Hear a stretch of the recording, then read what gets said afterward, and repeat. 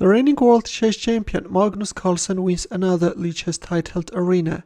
French chess grandmaster Maxime Vachier-Legrave finished in second place, and a chess grandmaster playing under a username Nh4 became the third finisher.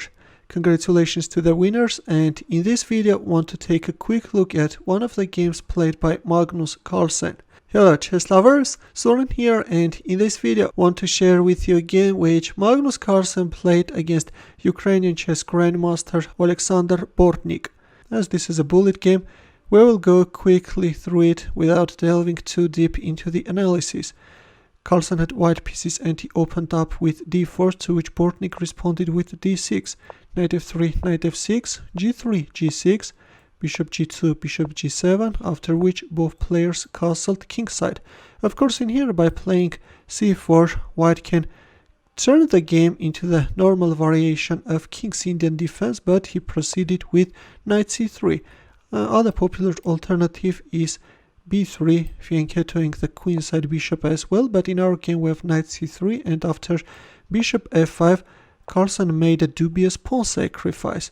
Usually in here white is playing knight h4, but in the game we have e4, a pawn sacrifice which black accepted. Knight takes e4, knight h4, knight takes c3, b takes c3, and as the pawn on b7 is hanging, black moved back his bishop on c8, rook e1, c6, bishop g5, rook e8, queen d2, knight d7, rook e2. White wants to double up his rooks on the e file and put further pressure on e7, knight f6, rook e1, and bishop e6. A dubious move by black.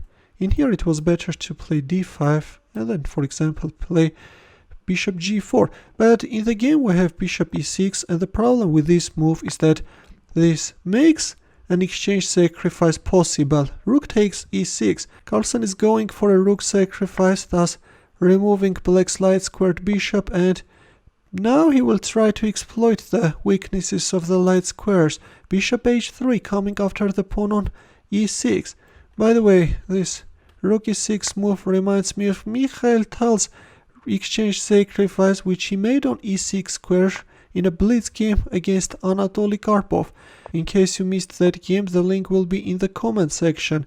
Bishop h3, queen a5, bishop takes e6 check, king h8, king g2, rook f8, knight f3, d5, queen d3, knight e4, and in here the second exchange sacrifice followed, rook takes e4. It turns out that this is a total blunder, but Bortnyk failed to make use of this mistake, and after queen takes e4 he grabbed the pawn on c3. In here, can you find that winning move for black?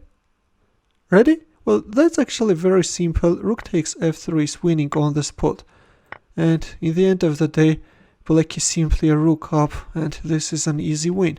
But instead we have queen takes c3, after which black is starting to face serious problems. Knight e5 with a deadly threat, rook a d8, and with this move black steps into a checkmate in 3. By playing knight e5, white created knight takes g6 threat, and it was better to free the g7 square for the king by playing bishop f6.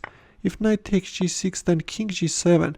In this case, black can somewhat prolong his resistance. After moving back the bishop on e3, white has a better position, of course, but this is a better line for black. Instead, in our game we have rook a d8, and after knight takes g6, black resigned.